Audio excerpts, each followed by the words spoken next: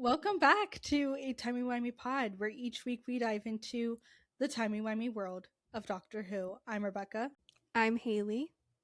and this week we are discussing the Doctor, the Widow, and the Wardrobe. Haley, much like the Doctor after faking his own death, we're back. We are back, y'all. Oh, it is so good to be back. I feel a Mhm. little rusty though. It's been probably a month since me and Rebecca recorded Yeah, probably. because we pre recorded some stuff before a little summer break. So thank you Mhm. all for sticking with us through it. Yes, I feel like it's been so long since we Mm-hmm. recorded.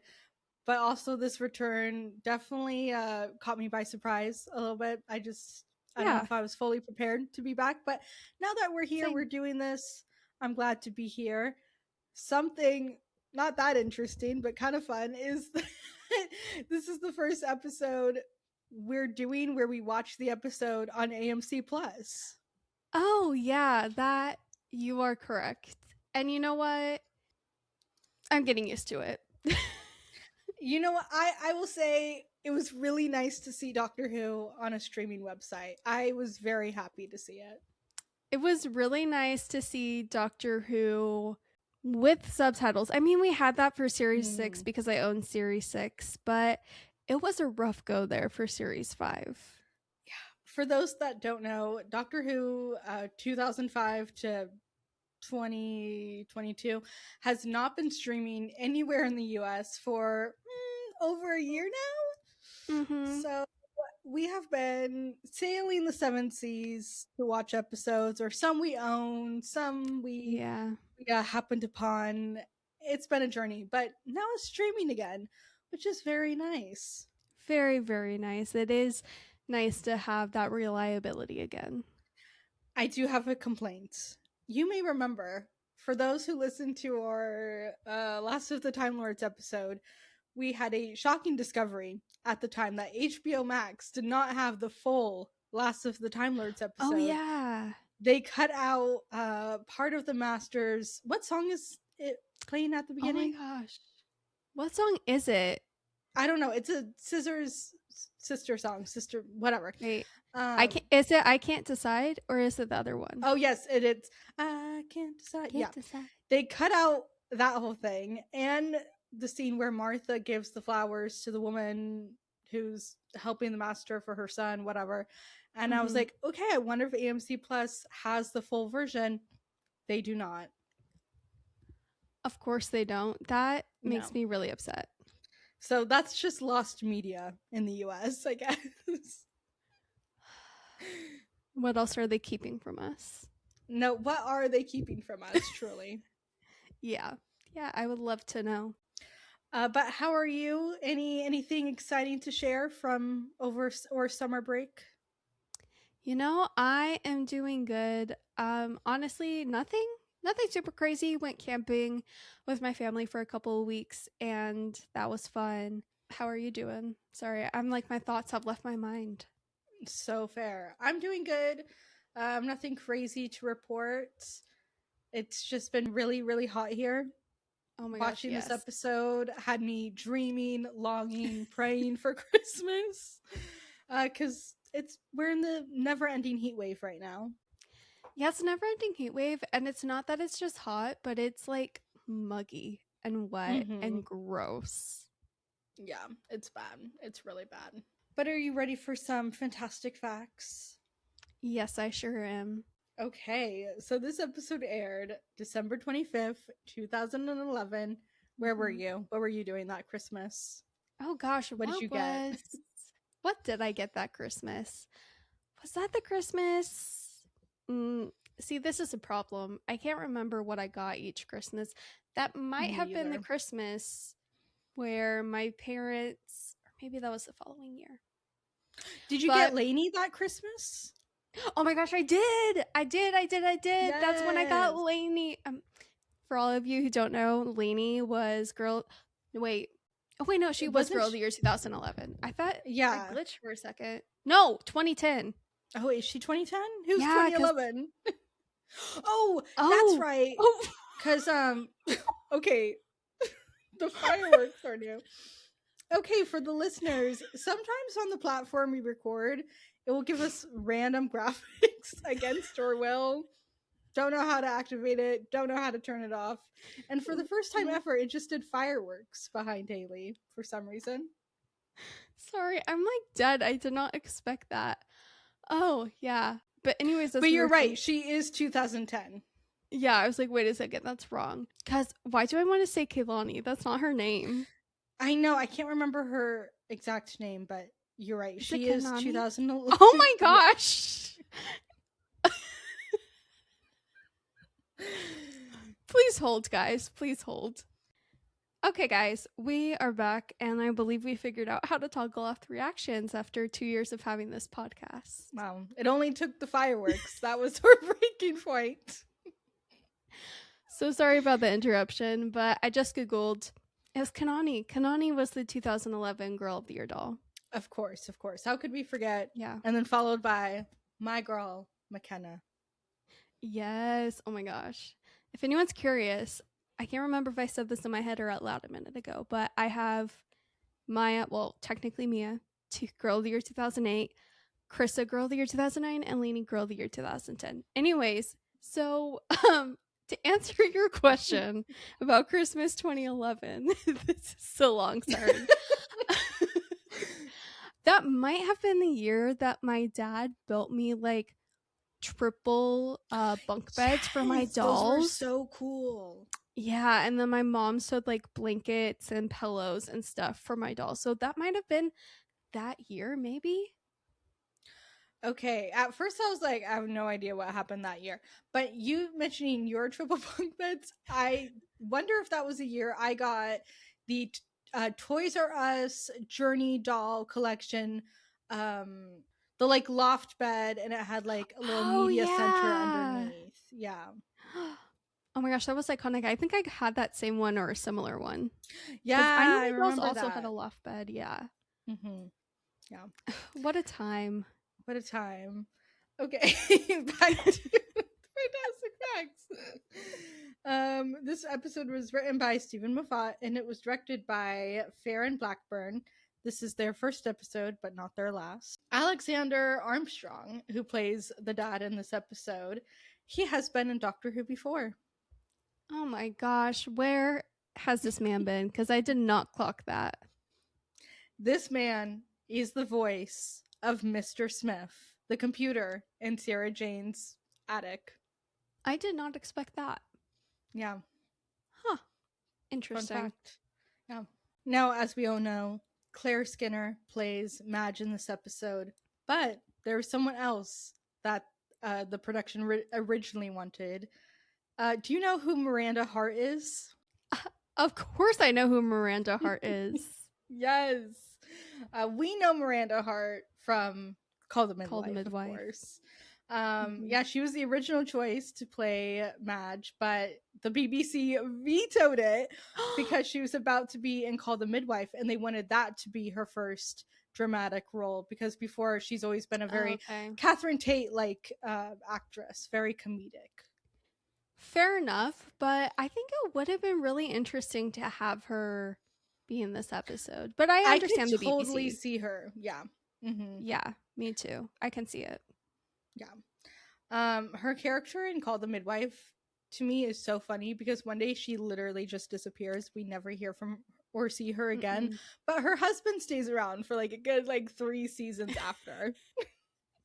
And then he just disappears. Yeah. Where did he go? No one knows. Disappears.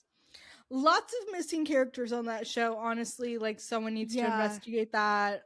There was that one woman who left her husband to go back to Africa and we never heard or saw from her again. Where is she? Oh my gosh, you're so right. Yeah, there's a lot of people. And it's is there overlap with the doctor there? Maybe they're companions. Exactly.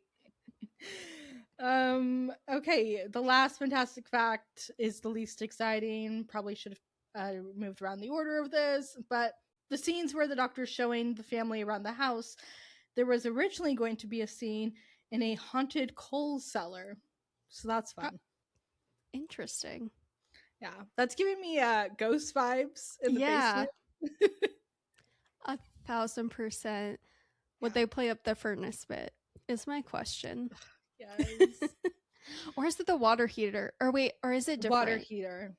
No, I think it's always the water heater. Okay. Okay. Yeah. Okay. Haley, this is a Christmas special. We are known Yeah. to love a good Christmas special for the most part. And this is one of the most controversial ones, I would say. I feel like it's usually at the bottom of people's ranking, but how do you feel about The Doctor, the Widow, and the Wardrobe? Honestly, for me, it's not that memorable. I never typically like reach for this episode when I'm wanting to watch a Christmas special. This is like not even a consideration. Not to say that I hate it because I don't, and it's not like I have the strongest dislike for it because I don't. It's more of just like it's very mid. I think that it's Stephen Moffat's weakest Christmas special, and it's just kind of there. Like it filled the slot that year, but there's apart from like one line that I like in this, it doesn't grab me. It's not a fave. I feel the exact same way. I always do my Christmas special rewatch around Christmas, and there's specials that I will always watch no matter what. There's some Mm-hmm. specials where, depending on my mood that year, I'll watch them or I won't. And then there's some specials I never watch. This is one of Yeah. them. And look, it's not that bad. It's not horrible. It's not, Mm-mm. criminal, whatever. I think it has a really good beginning. I think it has a really good end. And in the middle, you're just kind of snoring through it. It really struggles in the middle. Like so many times throughout watching this episode today, throughout the middle portion of the episode, I found myself pausing it and doing something else or going on my phone or getting distracted because it's too long. This episode is like 53 minutes. Yeah. You could have cut that down quite a bit. I completely agree with you. Like I literally wrote down in my notes at one point, like no offense, but please speed it along. It's dragging and I'm getting bored. Yeah. I And here's the sorry, go ahead. No, you go. You go. I was going to say here's the thing is I really like the premise. Like I love Narnia. Like that was my book series when I was a kid. That first movie still has me in its clutches. Okay? Okay. One of my faves. 100,000%. And so, like, this premise is really cool, especially like the previous year being a Christmas Carol and kind of continuing in that vein, like adapting from a book and making it like Alien. It just doesn't work here because it the best way I can describe it for me is like it just doesn't grab a hold of me or take a hold of me. Like, I don't feel like I'm in the Christmas episode, I feel like I'm watching it. Does that make Mm. sense? I get it. There's a lot of things I like. There's a lot of good lines. I think the characters are interesting. We love a World War II setting over here for some Yeah. reason. I don't know. But yeah, just once they start going through the forest, I'm checked Yeah. out. I'm bored. Mm-hmm. And the title promises a lot. The Doctor, the Widow, and the Wardrobe. Obvious callback, or not callback, obvious reference to Narnia, The Lion and the Witch and the Wardrobe. Same for me. Obsessed as a child. That movie, Letterbox top 4, obsessed. Yeah. And so if you're naming a Christmas special after that or in homage of that, I expect a lot. Yeah. And this doesn't really deliver. No, it doesn't. But let's start at the beginning. I do enjoy how it just starts with the spaceship exploding and the Doctor trying to escape. I think that's really fun, especially after the end of last season, which, by the way, I feel like after our break, I'm like, what happened in series 6? No, me too. I'm like, where did series 6 end off? Like, what even happened? Yeah. But it's fun to see the action, the Doctor running. Yeah, to be honest, I completely forgot about this alien ship. Like, at the start of this episode, I was like, I have no memory of ever watching this scene. But as soon as like 11 was like running with explosions behind him, I was like, oh, I remember this. I just don't really remember him falling to earth. But I did remember Madge finding him. So I don't know how that worked to my brain that I had missing pieces. Yeah. Which, as a warning from like here on, okay, I will say it's more like Series 7B. Series 7B, guys, it's going to be a whole new adventure for me. I am going to watch episodes for the first time, even though it will be for like the third, fourth, fifth time. Yes, there are many episodes where I will be talking to Haley about an episode, knowing she has seen it at least 2 or 3 times. She might as well have never seen the episode, has no idea what I'm talking, especially when we get to certain Peter Capaldi episodes. It's Yeah. really like you're going to be seeing it for the first time. I don't know. My memories have gotten rearranged and some have been thrown away on accident. You know what? It happens. It does. I hate the shot of him like in space trying to get into the spacesuit. I don't know. We've talked about it before. We have those bad CGI shots that just takes us out of it. This is one of mine. I remember it so clearly, and watching it again today, I was like, yeah, this is bad. So valid, because it is. Okay, it was kind of making me reminisce just a little bit of 10 falling in the end of time, and we were like, how did 10 survive that? I feel the same way with this. I'm like, how did 11 survive falling through space and putting the suit on mid-space, mid-fall? See, I wrote that same thing. I wrote he should have died, right? And then it explains a moment later that the suit is repairing him. So he is injured, damaged, whatever, but the suit is repairing him. So I was like, okay, I guess that explains why he didn't die after falling from space and making this giant crater. Can we talk about, though, how this is now yet another impossible astronaut situation, and I say that with air quotes. Wait.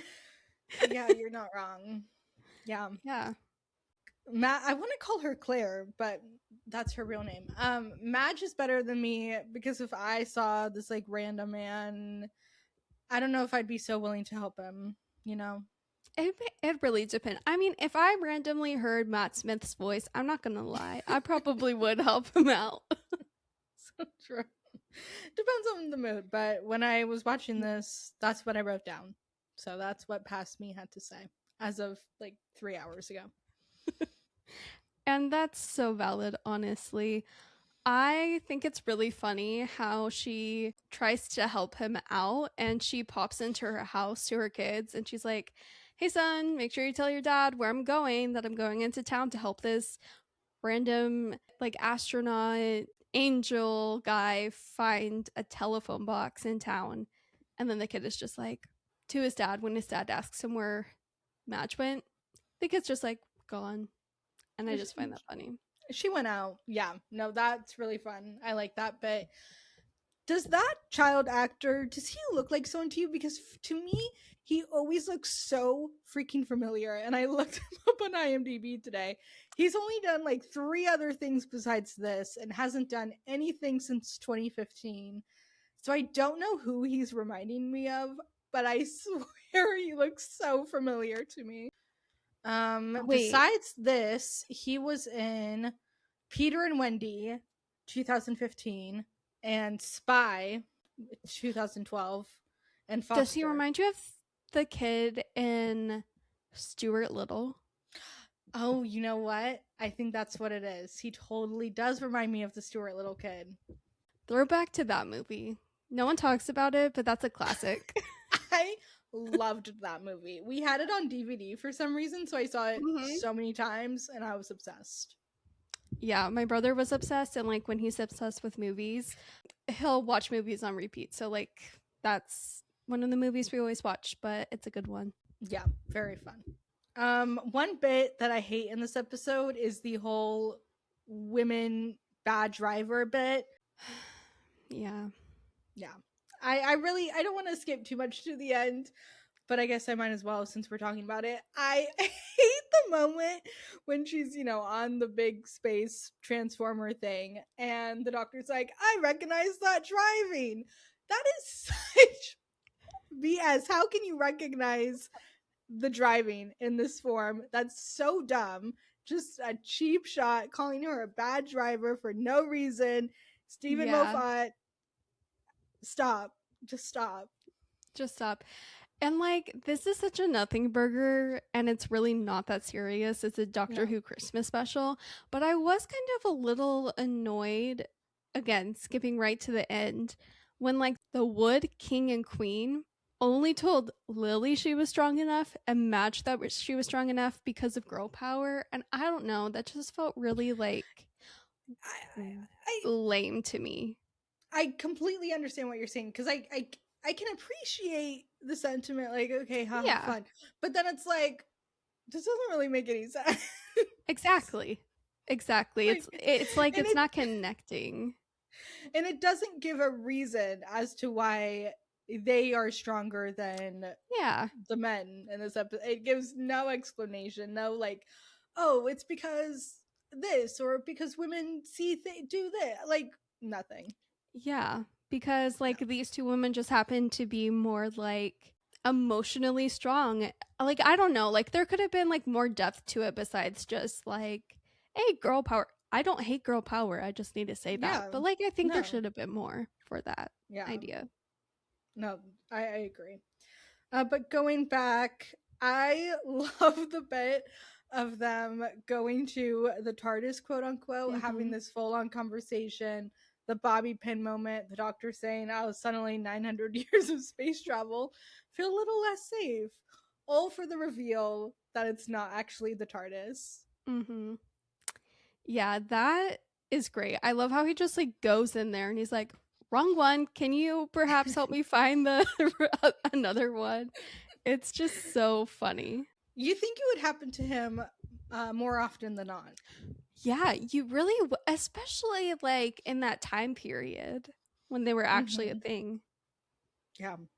I think it's funny how when you see it from the outside, it is all lit up like the regular TARDIS, but when Hmm. they open the doors, there's no lights or anything. Like,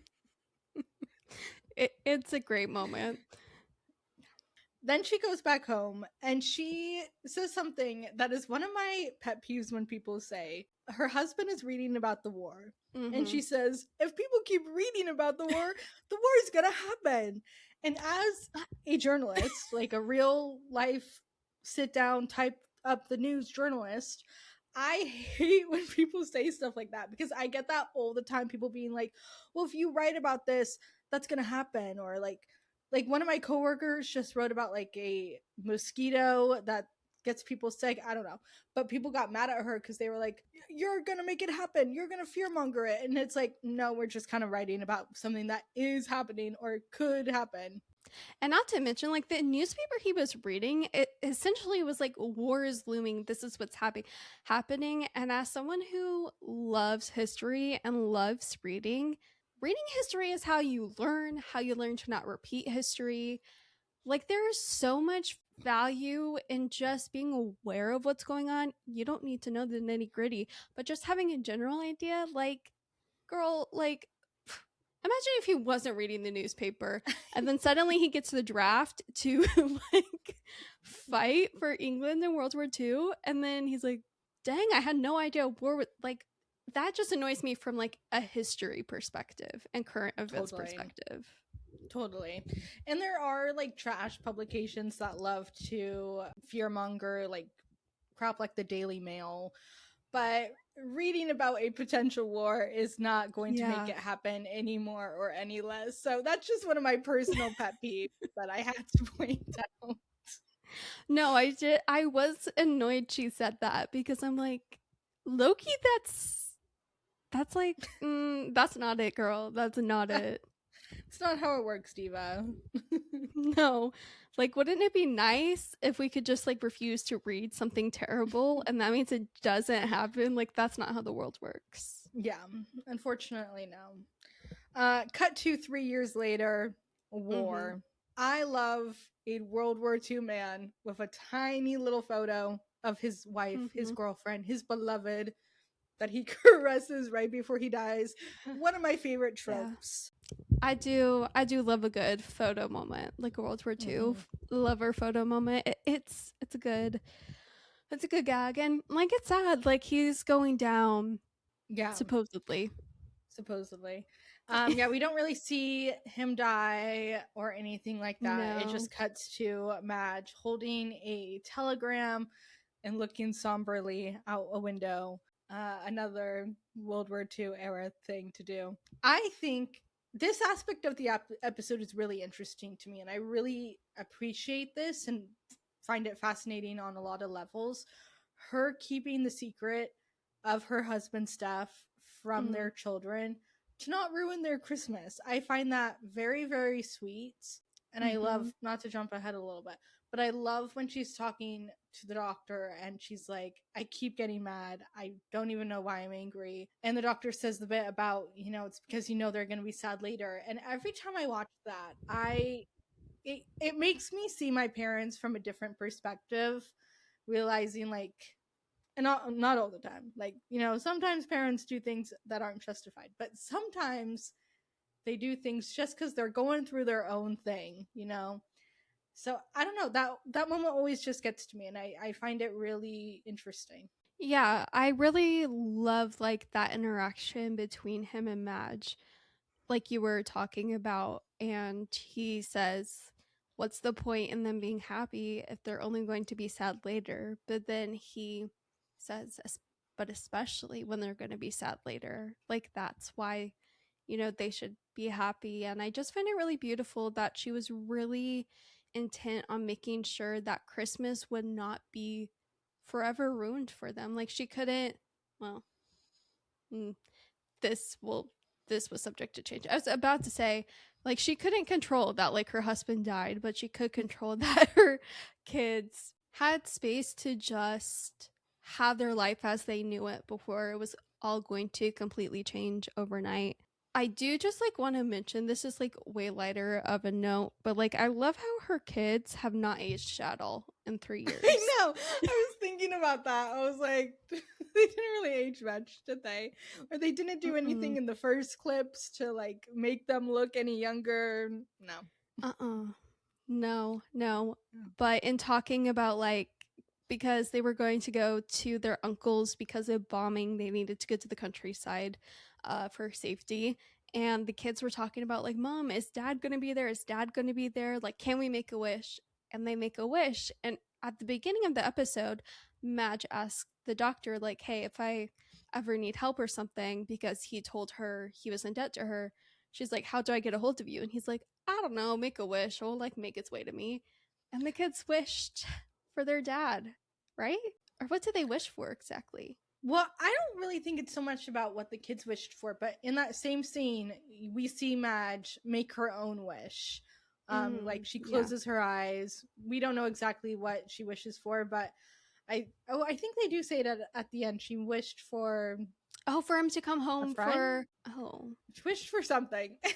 something. I got to the doctor.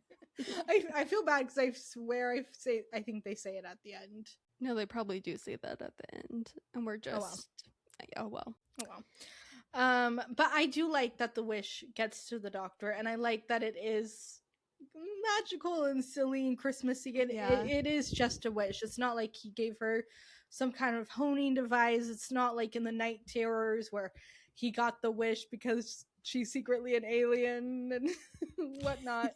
I think it's very sweet, very fun, very magical. It is, and it fits in line with Christmas for sure.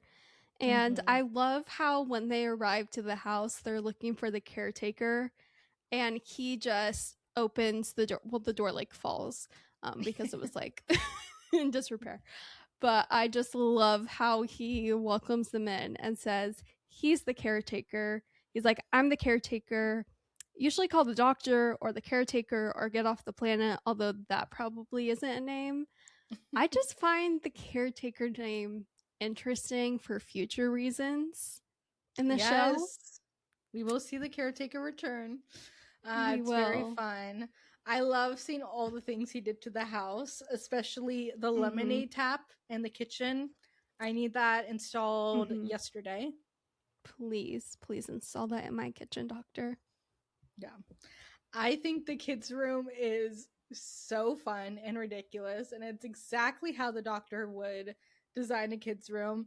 I also Mm-hmm. love hammocks, and like I Yeah. loved hammocks so much that growing up, I swore when I got my own apartment, I wasn't gonna get a couch. I was just gonna have a hammock in my living room. That's I so have not done funny. that. Yeah, No, but you do have a hammock. I do have a hammock for the outside, but yes. But yeah, I think it's so fun. Oh, and the tree. I love the Christmas tree. Yeah. It's so fun.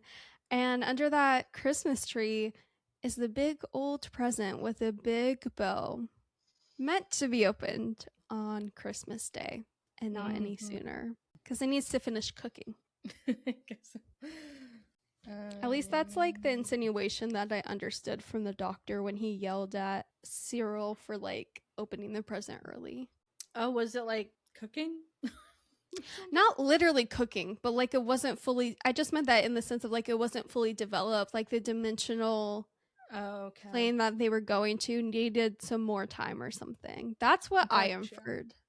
Gotcha. What are your thoughts on Madge and Cyril and Lily in this episode? I really like Madge. I think she's interesting. You know, she's going through it in this episode. I think she has a lot of fun moments. Lily annoys me. Can't lie. You know, I want to root for Lily. I want to like her. I want to support her as a fellow oldest daughter with brown hair. And yet, like, what is she even really doing? I don't know. She was giving classic older sister to me, like in that age range of like wanting to know what's up. I think she senses something's off with her mom, and she's like, who is this caretaker who's like bouncing off the walls? And I just thought it was like such a classic older sister move for her to tell her brother to go back to sleep and not open the present early. Went exploring the house. Like that was giving older sister to a T. No, that is fun. I think there's just one moment where she's like, "Oh, let's leave," and the doctor has to remind her, like, "Hey, we're trying to find your brother right now. Like, hello, let's lock in a bit." Oh, Yeah, true. but I don't know. She's not really giving anything for me. I do like the conversation with her and the doctor in the attic, mostly just because of when he calls the TARDIS his wardrobe. Very fun. That is very fun, and it's true. It is his wardrobe. I mean, that one time we saw it. Yeah, but like in the context of Narnia too, like it's a portal, Yes. and is in a sense. Okay, speaking of Narnia, I do have to say I have always wanted my own wardrobe moment. Like that is my dream, to open a wardrobe or open a box or a door or something to a whole other world, and I'm really jealous that like that has not been my experience. This is going to sound in a way that I don't mean it to sound, but I spent many years as a child rifling through closets, hoping to find Narnia, digging through clothes. Yeah. A little too much I'm time. actually, you know what? I'm obsessed with that though. You had imagination.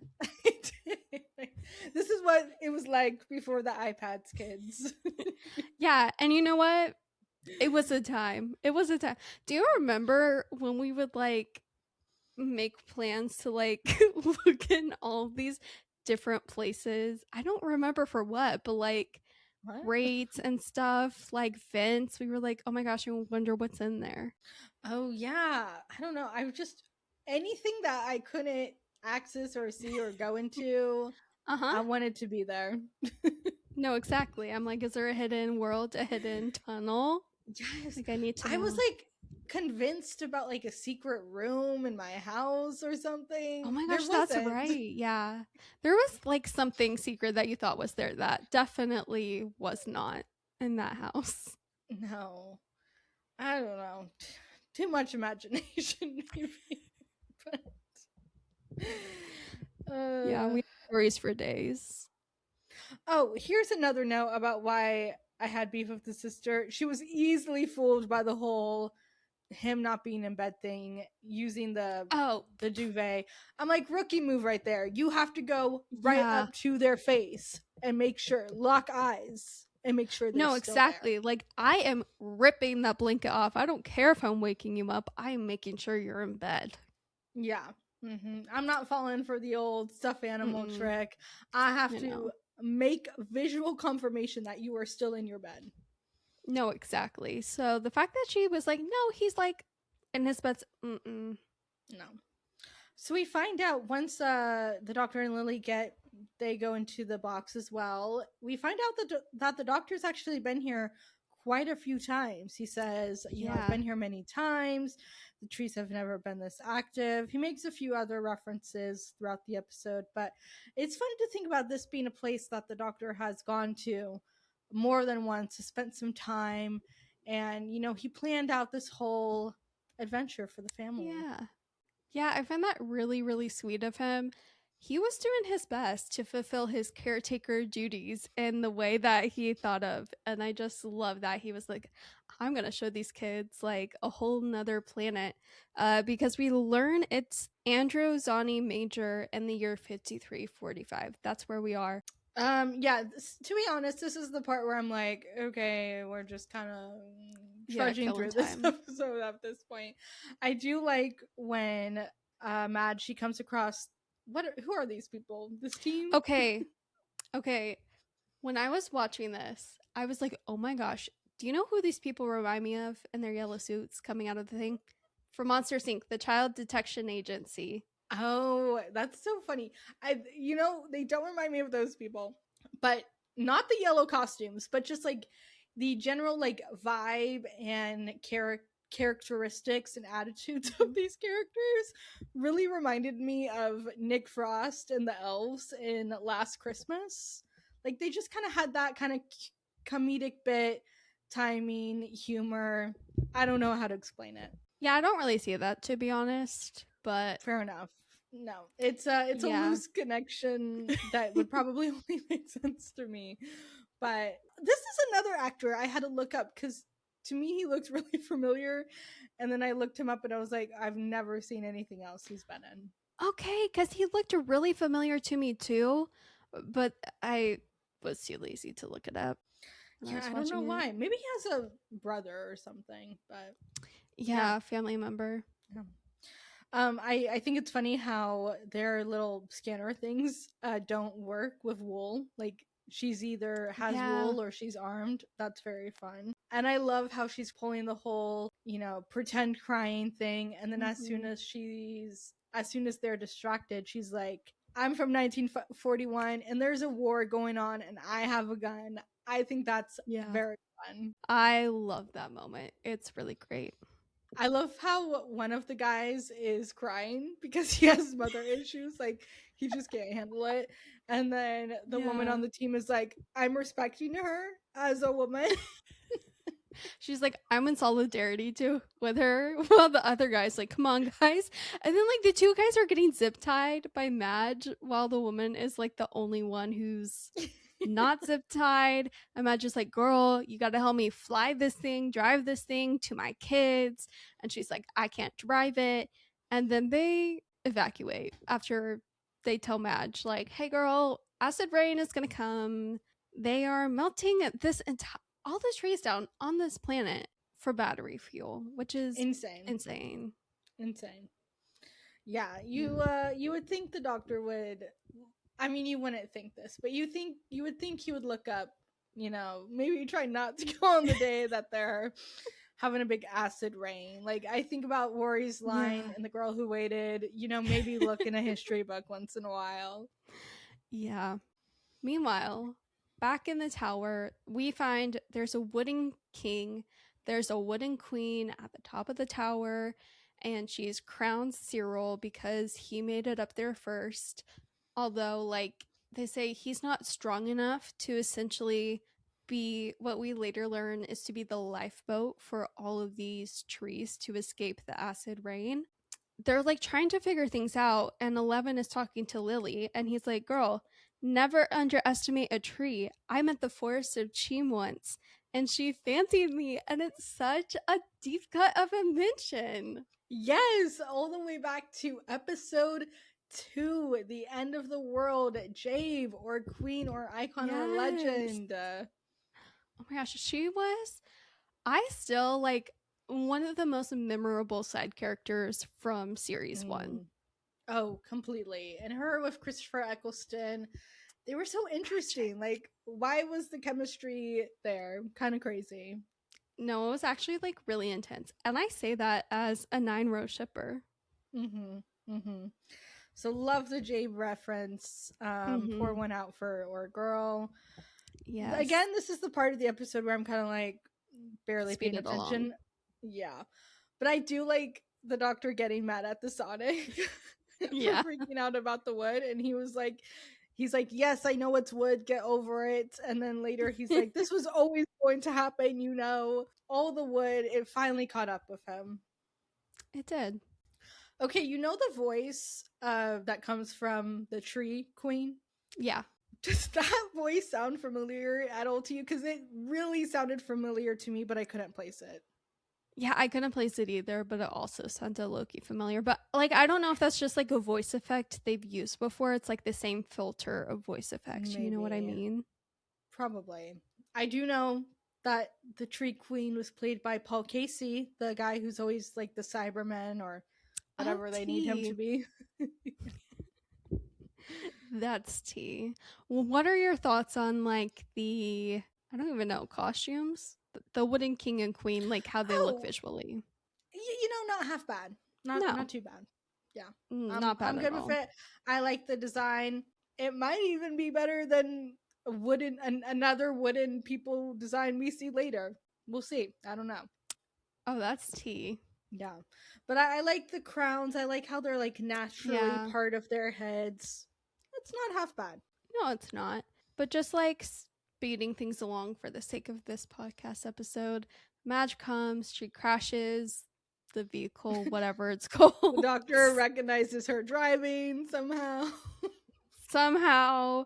Like, and she like makes it there amidst the acid rain, and like she's not burned at all. Yeah, she like we see the width she has to travel from this. Yeah. I'm gonna call it a transformer, from this transformer to this tree building, and it's like, you know, I've never been in acid rain. I don't know what that's like, but it's like, oh, you traveled a bit of distance and came out relatively unscathed. No, exactly.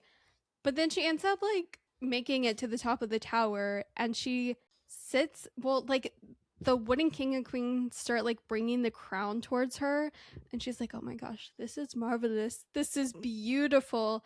And she sits down and they crown her, and she becomes the lifeboat, the mothership, to save all of these tree forms, which is interesting. You know what? Sure. Okay. I like how the doctor tells her, you know, you have to feel everything. He says, I'm too old to feel as deeply as you do, so you have to feel it all. I like that we see the time vortex. I think it's very fun whenever the time vortex from the opening credits is the time vortex in the show. I don't know why, but I like it. It's fun. I like it. Okay, here's the part. I told Rebecca this off mic before we started this episode. I had a whole rant that I had to essentially cross off, because the biggest plot point I would honestly say of this episode is that Madge ends up saving her husband. I completely forgot about that happening. And so when I was watching the end of this, and these poor kids and Madge are like being forced to watch the supposed demise of their father and husband, I'm like, imagine bringing this up in therapy of this is how you find out your dad died on Christmas when you're in this weird wooden tower, your mother is a lifeboat for these weird tree forms. Like, I was going off. And then turns out husband survived because Madge reached him in the time vortex and brought him the light that he needed to land safely back at their home. He followed her home, which, side note, is how they met. He just followed her home from her job every single day like a crazed stalker. No, because when she said that and was acting like it was all cute, I'm like, is this like a generational difference where like back then that was considered cute? Because now I would be filing a restraining order. It definitely is, because how many times have you talked to an old couple and you hear their origin story and it's like, oh, mama, you're low-key a victim. But we Oh, don't have no, time to unpack all that right now. no, you're so right about that actually. Yeah. So that really caught me off guard. But I do like, despite the weird stalker-esque of it all, I do like how he followed her home and that's what saved Yeah. him. That is really sweet. And I do love like the little flashes of their life together that we Mhm. see like in the wooden tower. But yeah, he saved her children get to like run up to their dad, which like that is really sweet that like he didn't actually die and he's there. Yeah. I really like her performance when they're showing the clips of him dying and she's like, please, I don't want to see it. I don't want to see how he died. That really got to me. That pulled on some heartstrings. Very sad. And then I love when the doctor's watching the reunion of the kids and the dad and Madge and blah blah blah. And he says, I think he's making a comment about, humans crying when they're happy. He said the same thing earlier in the episode to Lily, and he says humany womany. Yeah. He really emphasizes happy tears, like happy crying. Happy Then tears, says that. yeah. What keep a note of that. Mm-hmm. And then finally Madge figures out who this caretaker is. Yeah. She does, and she invites him to stay for Christmas. And of course, it's a classic situation. The doctor's like, places to go, people to see. And she's like, oh, so you've got family? And he's like, no, not really. I'm like, we've Sir, ranted you about this literally before. do. You literally have family. You have family with. We don't have enough time to get into this rant again. I think we had this rant before. But that's what I really like about the very end, is I think he finally realizes it. Yes. No, so true. Yeah. And I love how Madge basically is like, King, go. Like, go to your family. Let them know you're not dead. Like, Yeah, what do you he mean they tells think you're them- dead? I know. I love that. They can't think you're dead at Christmas. I love her Yeah. telling him off, classic mom move. And I think that's very fun. And then I love when he's leaving and the dad comes in and he's like, oh, what the heck? And she's like, oh, that's just the caretaker going to the time vortex. I've been there myself. Lovely place. And he's just like, all right. Yeah, that part is really funny. And then the next thing we see is Amy Pond opening the door to the 11th Doctor, and it's Christmas, and she is angry. She's pissed. And she deserves to be. Because what do you mean? It's been 2 years since the wedding of River. 2 years since all of that? Yeah. This is truly one of the best scenes ever for so many reasons. Facts. I love her opening up the door with a water gun, because there must be like an epidemic of caroler singers in this town if she's gotten to this point where she's squirting them with water guns. Like, girl, just don't answer the door. No, so true. But I do love that she answered the door because there was a doctor, and I love how she squirted him a little bit with the water gun. Because again, it had been 2 years. Have you ever gone carol singing? Yes, actually. Me too. Slay. It was when I was a kid, and honestly, it's one of my it's like a really warm and fuzzy memory. I was a teen, and I think we were like doing the singing, and we were also like, I don't know, we were like, there was some catch. We were not selling something, but we were dropping flyers off or something. I don't know. Okay, I don't know why I was there. I just was. Have you ever had carol singers show up at your house? I don't think so. No, have you? No. Yeah. That doesn't really happen in these parts. My HOA would literally. Oh my gosh. Haley lives in Caronville, USA. all the Karens live in her So neighborhood. bad. And if there are carol singers, I think the neighbors would call the police. No, they would. They would call the police and they would be posting their personal information and doxing them. Allegedly. Allegedly, Karenville. Allegedly. Okay, so me trying to find my notes. Okay, it's been 2 years. I love how she's like, River told us, and he gets all mad. And I love the way Karen says, she's a good girl, like defending River, defending her daughter. Very sweet. Yeah. So sweet. And I love how she says she's not gonna hug him first. And it's a total standoff for like a solid minute. And then they just both finally crack and hug each other. And it's just like such a sweet reunion hug to witness and see. And I love how Rory comes in and he's like, oh, so you're not dead then? And Amy's like, we already did that. We already did that. Yeah. Very, very sweet moment. They invite him in for Christmas. He says, oh, if it's not too much trouble. And they say they always leave out a plate for him. Like, that makes me emotional, actually, every time I watch this. Like, the fact that they always leave a place for him at the table, no matter what, and the fact that, like, this is presumably their last Christmas with him, and they don't even know it.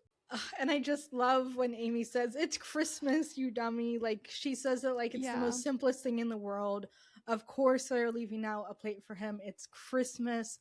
They're family. And I love the doctor's happy tears in this moment. Like, he's realizing he does have a family. They are his family. And he's finally understanding the human womany of it all, the human emotions of happy tears. And I think that is very beautiful.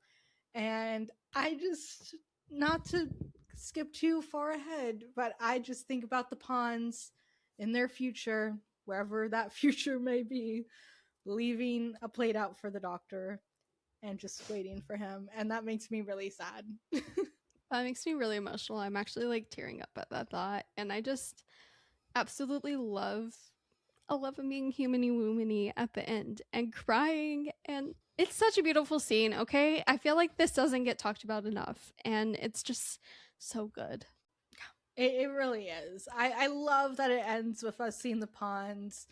I love the Pawns so much. No, me and too. Seeing them here makes me really happy. This like little scene, it's one of the best Christmas special moments ever. It's a perfect little bow on a Christmas special that's kind of just there, something you kind of had to get through. And you know what? I'm okay with it if we got that. Me too. It's the perfect little ending. Who's the star of the show? Not me forgetting about the star of the show being a thing.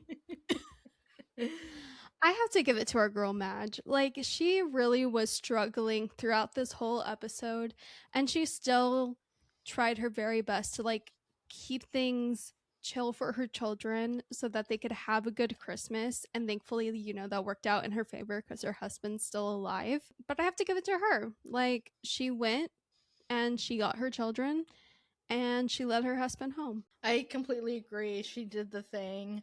I love, we skipped over it, but I love when she has her gun pointed at the people and they're like, nothing makes me believe that you're going to use that thing. And she's like, oh yeah, well, I'm looking for my children. And the man's face, horrified. Yeah, exactly. You do not want to be in the path of a mother looking for her children. No. What is the heart of the episode? I feel like there's a few you could do, Yeah. Something about happy tears, there was that great quote from the doctor, letting them be happy, knowing they'll be sad later. Or just, it's Christmas, be with your family, whatever that may look like for you. Exactly. And like, keep a place at the table for whoever you love, even if they might be passing through or might not. Yeah, exactly. Do we have any reviews from the past? We definitely do, and they are from IMDb, and I have a couple to read to you. Oh, okay. All right, so this first review is by the user Mevin_Stofot. It looks like they literally just switched the M and S of Stephen Moffat. Hold on. We found you, Stephen Moffat. We did. This was written on December 24th, 2013, and he rated it 2 out of 10 stars.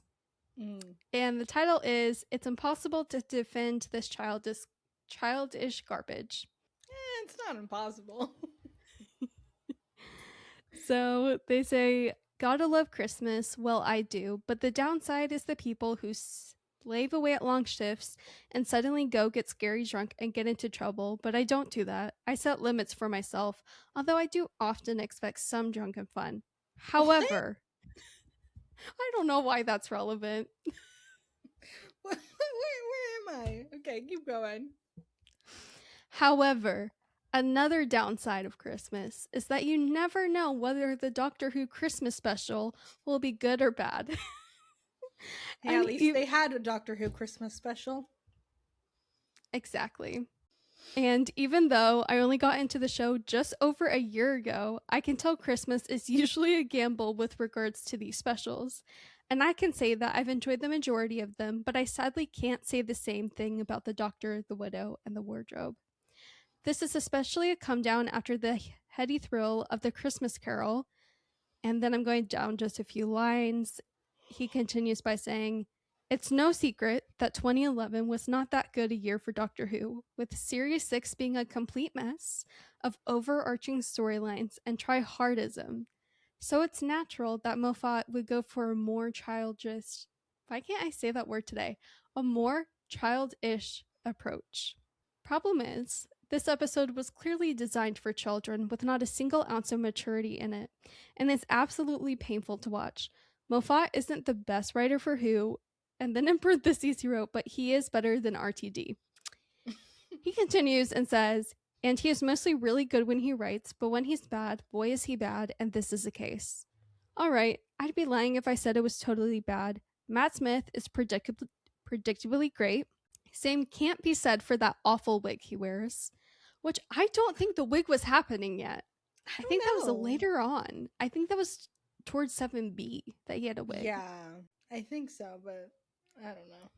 Anyways, I don't think wigging in this episode. No. But he says the ending was quite emotional with the Doctor going back in time to save the housekeeper's husband, but that's something the Doctor would never do, especially after he learned the nightmarish consequences of such in Father's Day. I get that every Doctor is different, but this was just painful to watch. I don't expect every single Doctor Who episode to be exactly great. Hold on. But I do expect it to be at least fun and having substance. This has none. Avoid. Did you watch the episode? She's not a housekeeper. And second, he didn't save her husband. She saved her husband. It's quite literally the whole point. Like, what? And where did he get housekeeper from? What does that mean? I have no idea. I just thought that review was funny, especially the RTD slander. Very fun. Love the random Series 6 slander. Rude. Yeah, for me, it's at the bottom of my Christmas specials that we've talked about so far on the pod. But there's, I can appreciate the good moments. I'm not out here hating on it. Same here. But to contrast that review, I have a review by the user Lomarin-1 written on October 6th, 2018, rating this 9 out of 10 stars. Whoa. And the title, it says, if not my favorite, then very close to it. Wow. I know. They say, so many negative reviews. Wow. I love this episode. It's fun, it's sad, and then it's happy. Never have I watched it without it hitting me in the end. Beautiful. It's a Christmas special. What did one expect? And ... I also love Stephen Moffat, so no, all the fans do not despise his writing. All my faves are from him. Thanks. Yes. Yeah, every episode is someone's least favorite and someone's favorite. So exactly. Glad they like it. Yeah, although if your favorite is the Reality War, we do have to talk. Oh, I have questions. That's not true. You can like it. I'm still Yeah. judging, but you can like it. What if it's your favorite episode? I have some questions for you. Know some serious questions. But before we wrap this episode up, we do have another fun email to read. So exciting. We love getting emails. Yes, I feel like we need like a special jingle or song when we get an We email because do. we're just always so excited when we get one. We are. We literally squeal every time. I'm not even kidding. Yeah. Okay. This comes from Elizabeth. Hi, Rebecca and Haley.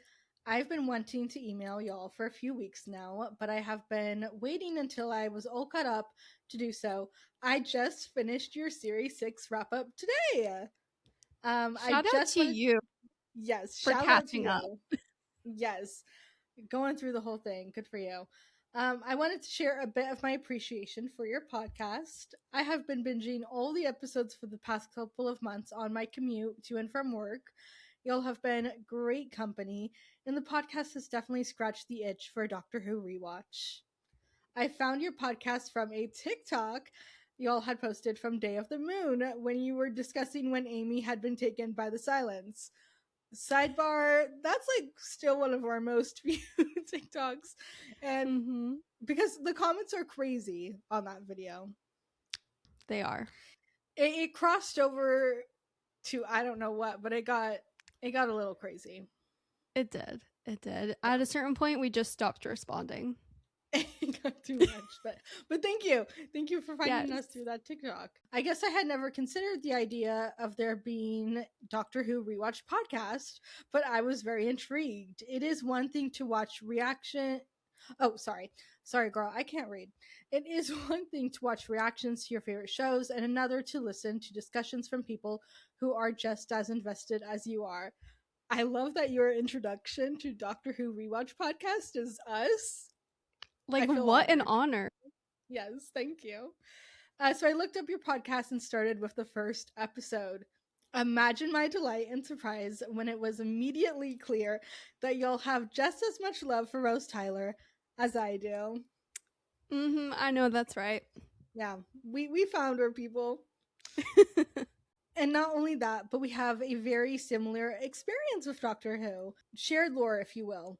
Y'all are only a couple years older than me, but I believe we began watching this show at the same time. I want to say in 2014. Forgive me if that's not accurate.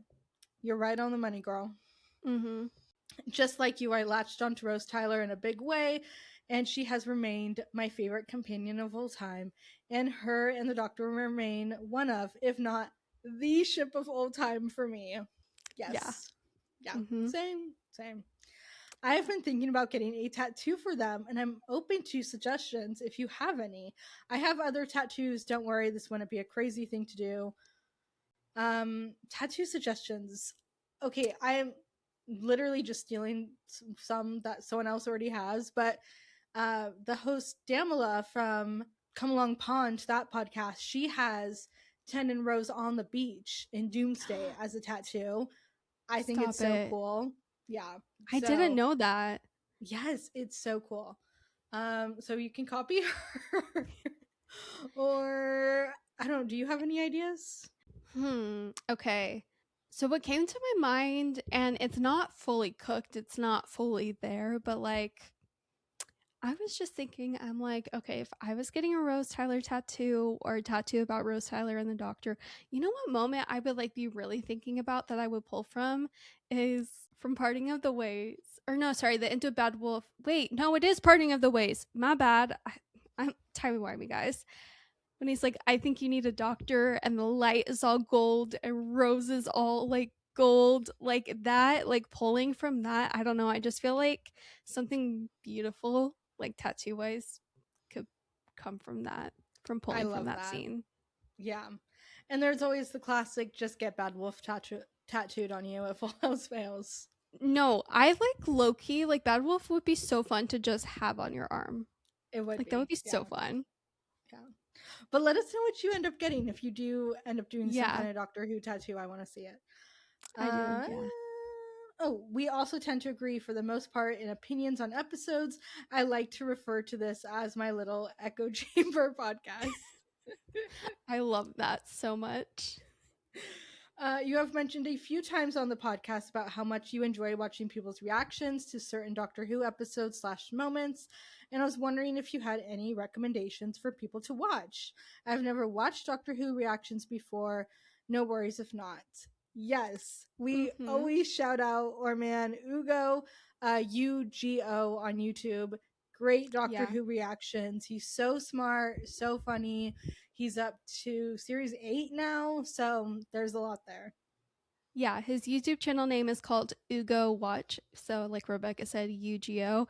And funnily enough, and I feel like this is important context when you're watching his reactions, he started watching Doctor Who when it was on Disney Plus because he knew of Ncuti. And so that's why he started watching it. So he has knowledge from Nchuti's first episode to like series 8, but he doesn't know anything about like 14. It's just really funny to like think of that.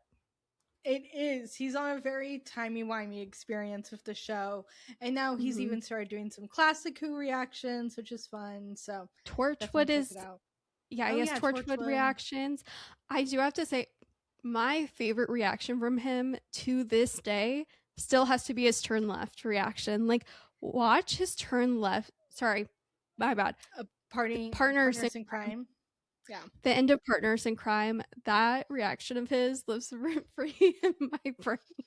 Yes. No, it's so good. I love that moment. Yeah. Per your request, I have included below the link to one of my favorite Doctor Who fan fictions and also a link to Harriet Jones TikTok edit I love. I did watch the edit. Absolute gold. We have to link it in the description. It's so good. We do. And then we got your email. I was camping when we got your email, so I watched.